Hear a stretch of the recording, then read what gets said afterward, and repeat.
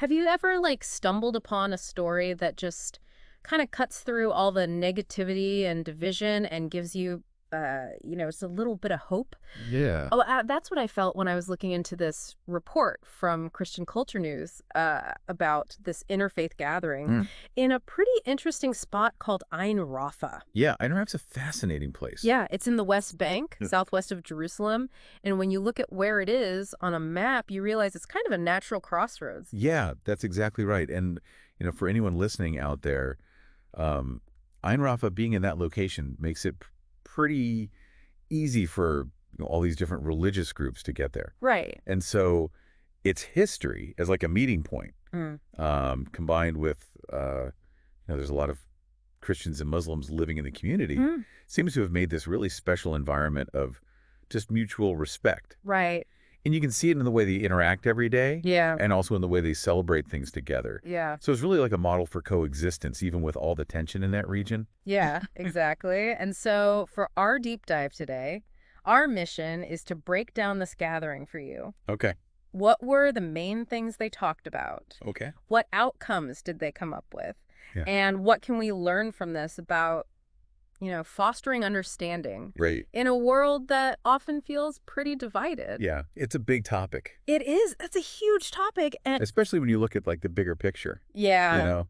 And the report even mentioned this Pew Research Center survey, which I thought this was pretty interesting. Yeah. It said that 72% of Mhm. people who have participated in interfaith dialogues said they ended up having more respect for different beliefs. That's huge. Yeah, that's a big shift in how people think. It is. And you know what makes this particular gathering in Ein Rafa so interesting Yeah. is, the caliber of these religious leaders that were there. Hmm. We're talking about Rabbi David Cohen, who's a really important voice of the Jewish community. Mm-hmm. He's really known for his work on social justice. Mm. Then there's Sheikh Ahmed Bilal, who's a well-respected Muslim cleric who's really dedicated to peace and unity. Right. You've also got Father Michael Smith from the Christian community, and he's got a ton of experience with something called ecumenical relations, Oh, yeah. which is basically like fostering unity and cooperation Uh-huh. between different Christian denominations. Yeah. And then there's Sister Maria Elena, who's a powerful advocate for women's rights in the context of faith. Wow. So these are not just like symbolic figures. Yeah. These are people who are really invested in this work. Exactly. They're the real deal. Yeah. So with all these influential voices coming together, Yeah. let's dig a little deeper. Okay. What were some of the big themes that kept popping up in their discussions? Well, one of the main ones was about figuring out and then really building on those shared values across all these different faiths. What's really interesting is that they didn't just ignore the differences between them. Right. They actually went looking for that common ground. Hmm. It's like recognizing that even though they have different rituals and beliefs, Right. there are these basic ethical principles that they all share. And these shared principles can become like a really strong foundation for having respect for each other. Right. And for working together on things that will benefit society as a whole. That's such an interesting point. Yeah. Instead of getting hung up on their differences, they Yeah. focused on those underlying connections. Right. The report also touched on conflict resolution, Right. which is obviously really important in that part of the world. Of course. And, Mhm. in their discussions, they explored how faith can be used as a really powerful tool Uh-huh. for promoting peace, Right. both within communities and between them. Yeah. And they really looked at past conflicts, honestly, and acknowledged where religious interpretations might have made things worse. Right. But the main thing they focused on Yeah. was how those core religious teachings and principles Yeah. could be used to help people reconcile. Sharing actual examples of successful reconciliation efforts from different faith traditions was a big part of this. So basically, they were drawing on the wisdom within each tradition to find ways to peace. Yeah. Another thing that really stood out to me was environmental stewardship. Yeah. It's not something you always associate with interfaith dialogue, Right. but when you think about it, Yeah. it makes total sense. It does. And if you think about it in the bigger picture, Uh-huh. a lot of different faiths actually share a basic belief in humanity's responsibility to take care of the planet. Yeah. And the talks in Ein Rafa really emphasized this common ground. Right. They said it was ethically important to treat nature with respect Right. and to really work towards sustainability. Yeah. The religious leaders recognized that, environmental problems don't care about religious boundaries. Right. So they need people from different religions to work together, but they want to solve them. It's about recognizing that we all share this one planet. Yeah, we do. It's our shared home. Exactly. And the last big theme was humanitarian efforts. Right. It sounds like they were really focused on finding practical ways for these communities to work together to actually help people, That's right. which, would have real benefits for everyone. Absolutely. The focus was on moving past all the theoretical stuff Right. and actually doing something. No. So their talks centered around how different faith communities could come together Yeah. to tackle big problems like poverty and lack of education and providing help during crises. Right. The main idea here is that wanting to help people who are suffering and wanting to promote basic human dignity, Yeah. those are values that everyone shares, Right. no matter what their religion is. It goes beyond religion. Yeah, and by working together, Yeah. they can make a much bigger difference Right. than if they just work on their own. So this wasn't just some intellectual exercise. Right. It sounds like they were really serious about getting things done. Exactly. The report goes into detail about what they did during those 2 days. Okay.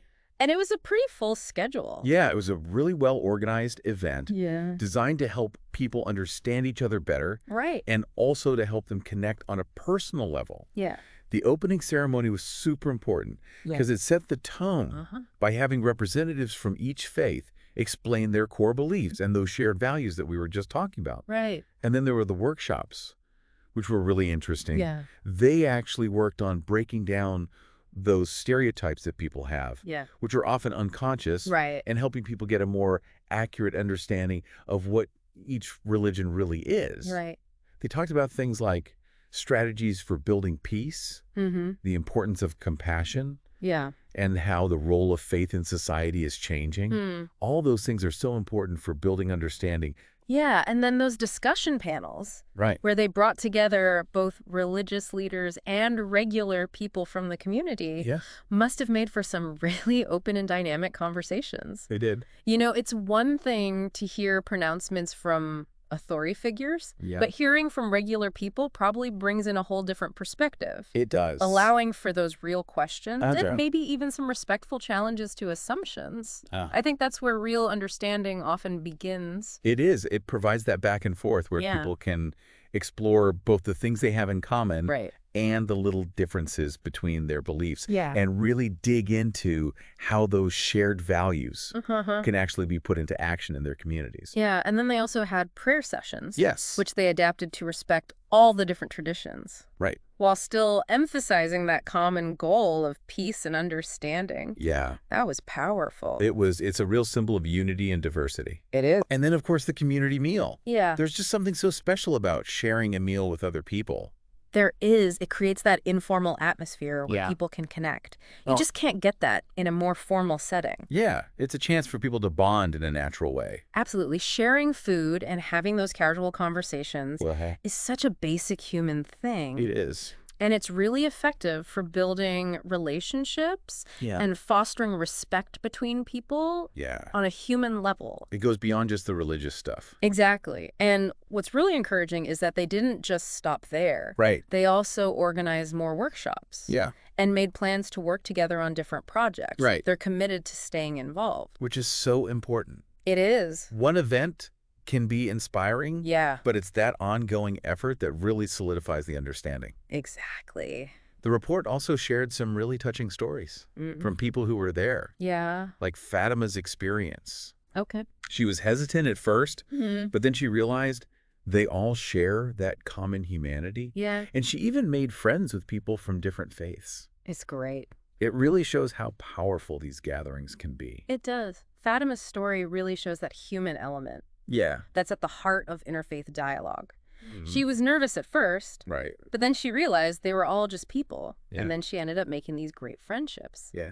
It shows how engaging with people directly can break down those preconceived notions that we all have. And then there was David's story. Okay. He spent his whole life struggling with his own biases. Mm-hmm. And then he found this new sense of hope through the people he met at the event. Wow. It reminds us that it's never too late to learn and change our perspectives. It's true.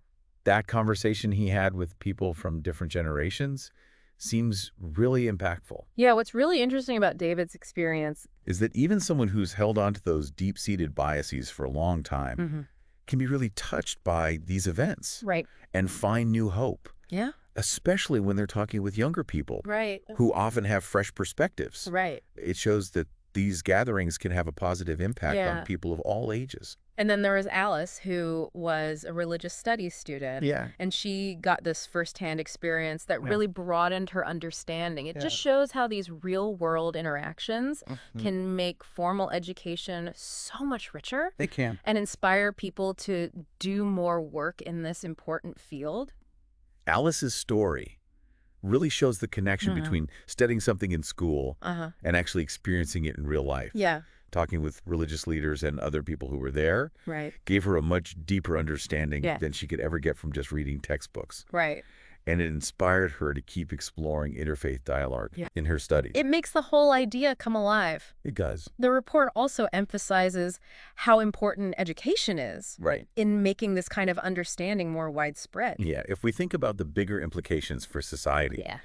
teaching about different faiths in schools is crucial for helping young people understand Right. all these different belief systems from a young age. Right. And that can be really effective in stopping stereotypes Yeah. and fostering respect and empathy Yeah. as they grow up. It's about laying the groundwork for understanding. It is. And it's not just about what happens in school. The report also mentioned regional and national programs, workshops, and seminars where they bring in speakers from different faiths to share their perspectives with a wider audience. Right. These programs are important because they go beyond just schools and involve the whole community. Right.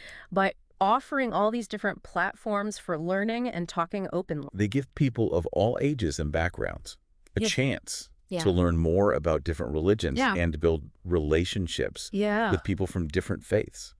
It's about making interfaith learning available to everyone. It is. And those community-based projects where people from different faiths actually work together, that seems like a really effective way It is. to build friendships based on real understanding and shared experiences. It's learning by doing. It is. When people work together on something, whether it's a community garden or charity drive, they naturally start interacting. Right. And that breaks down social barriers. Yeah. These shared experiences create a strong foundation of trust and understanding that can be way more powerful than just talking about beliefs. So, looking ahead, Yeah. what are some of the key steps the report suggests Okay. for keeping this interfaith collaboration going? One important Yeah. is to have regular interfaith gatherings, whether they're formal panel discussions or more informal meet and greets. Right. The main thing is to have them regularly. That makes sense. It keeps that dialogue going. Yeah, it creates opportunities for connection. Exactly. And the idea of doing community service projects together. Yeah.